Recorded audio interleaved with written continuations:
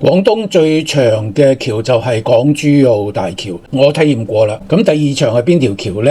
答案就係南澳大橋。我今日就同佢有個約會，順便入去南澳島行下。咁南澳大橋呢，就係屬於國道539嘅一部分，佢係喺2015年1月1號開始通車，全長11公里。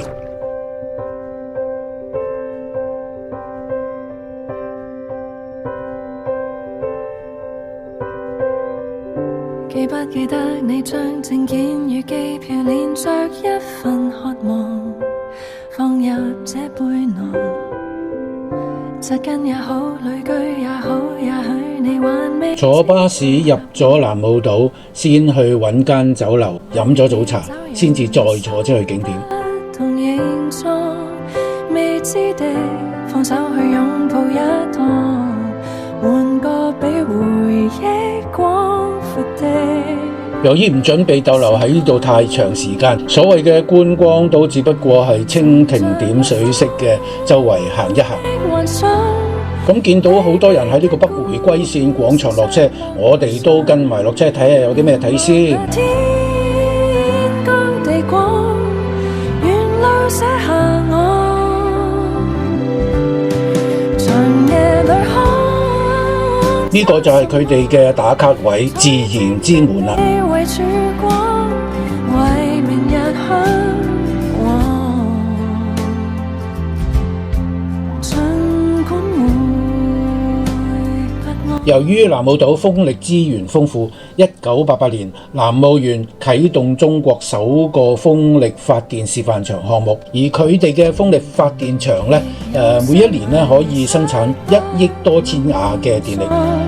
大風吹，太多見解已聽過，你想聽無非心裏的直覺，乘着那風的幻想，離別的故事散落途上，凝望那天高地廣，沿路寫下我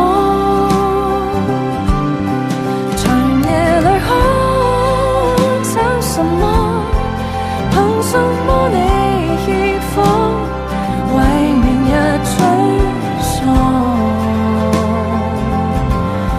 仍然有願望。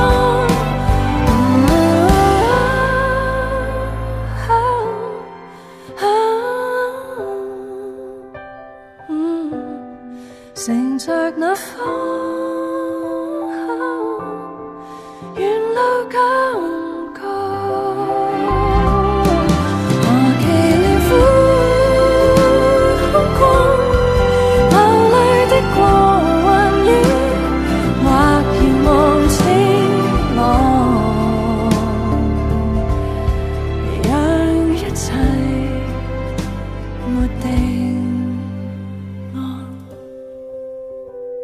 大家知唔知道李嘉誠有幾個仔呢？2個？梗係唔啱啦，係有3個。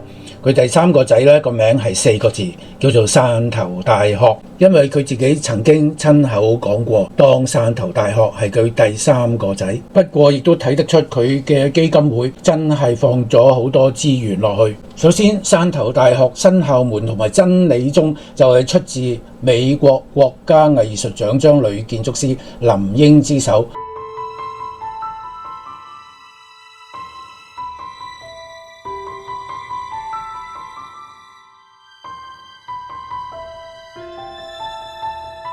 而新醫學院大樓咧，係由一家曾經參與北京鳥巢設計嘅德國公司所設計嘅，係咪好有超現實感呢？點睇都唔似係一間醫學大樓。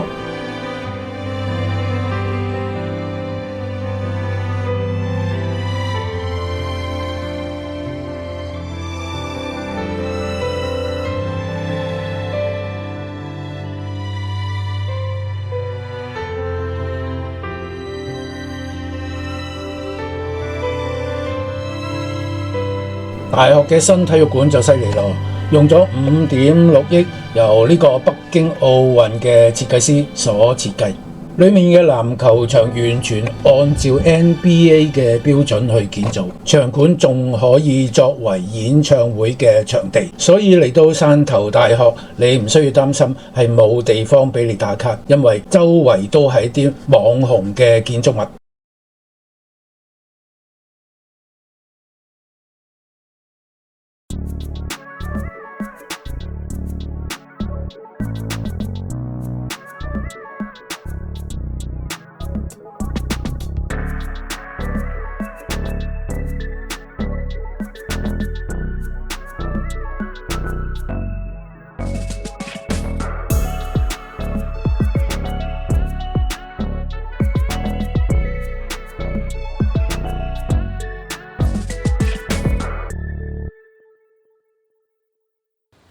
汕頭有一個好特別嘅地方，係好值得大家去睇睇嘅，就係呢個汕頭老城啦。嗰度咧就散發住好獨特嘅氛圍同埋歷史風情，可以話係汕頭市嘅文化同埋城市發展史嘅縮影。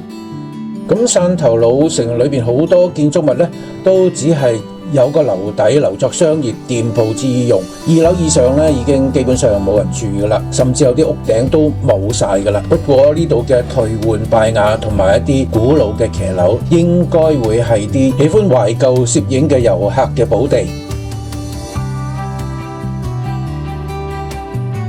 但係聽聞咧，汕頭政府咧就會將成個區保育，然後發展成好似潮州嘅牌坊街之類嘅景點，俾大家有一個新嘅耳目。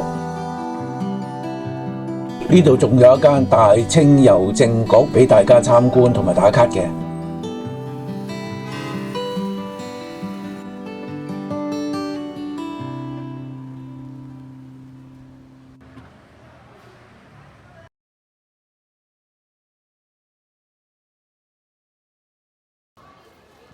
逛完汕頭老城就翻去太平路，即係牌坊街啦。點解叫牌坊街？因為呢度保留咗39座明清時期嘅古牌坊，附近就係開元寺、廣濟橋同埋古城牆等等嘅著名景點。呢度仲有好多商戶同埋食肆，要逛街打卡同埋揾潮州美食，牌坊街就係不二之選。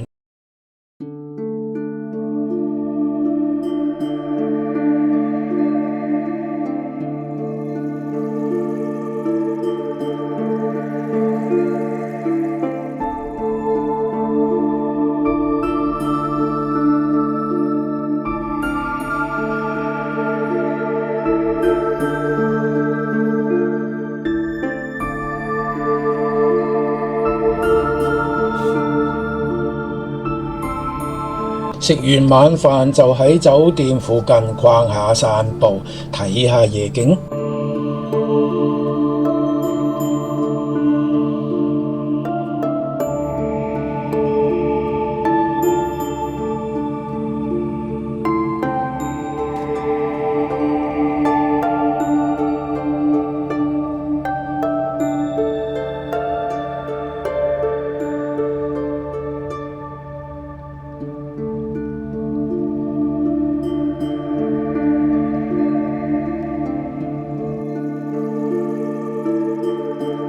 一個禮拜嘅潮汕自由行說一聲就完結，又要返香港啦。